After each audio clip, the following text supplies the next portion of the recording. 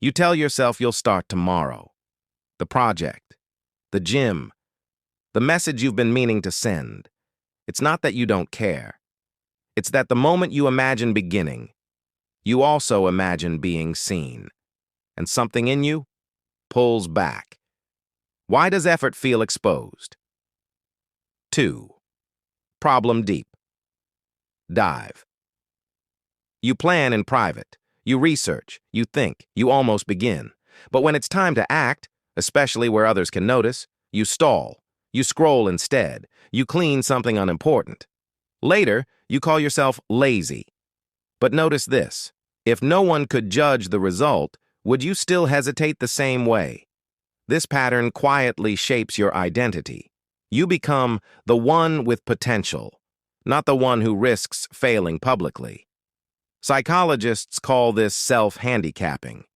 You delay not because you lack drive, but because unfinished work protects your image. If you never fully try, no one can measure you, and that feels safer. But safer than what? 3. Reframe. You are not unmotivated. You are protecting something. Somewhere in your past, effort likely met criticism, comparison, or embarrassment. So your brain learned. Visibility equals vulnerability. Avoidance equals control.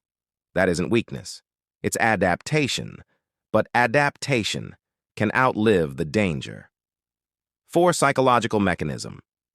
When you imagine starting, your brain runs a prediction. What if I fail? The amygdala reads potential judgment as social threat. Social rejection activates similar neural circuits as physical pain. So your system chooses short-term relief. Dopamine shifts toward quick rewards, scrolling, distraction. Imagine your brain as a spotlight operator. It keeps the light off you to avoid scrutiny. But staying in the dark also blocks growth.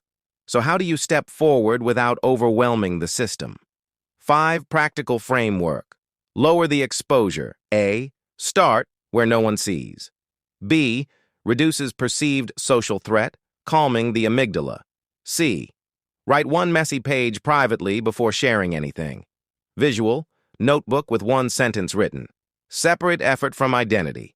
A. Say, this attempt is data, not definition. B. Activates cognitive reappraisal, engaging the prefrontal cortex.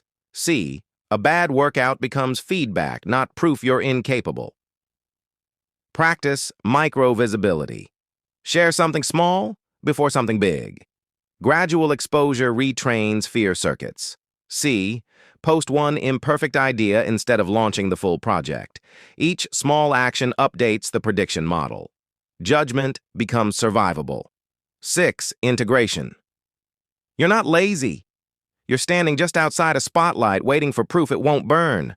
But light doesn't destroy you. It reveals. And revelation feels risky only when identity feels fragile. Saving quiet. Empowering close.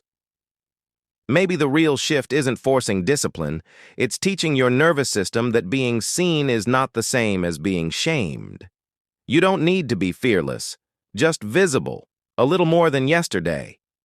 And that might be enough.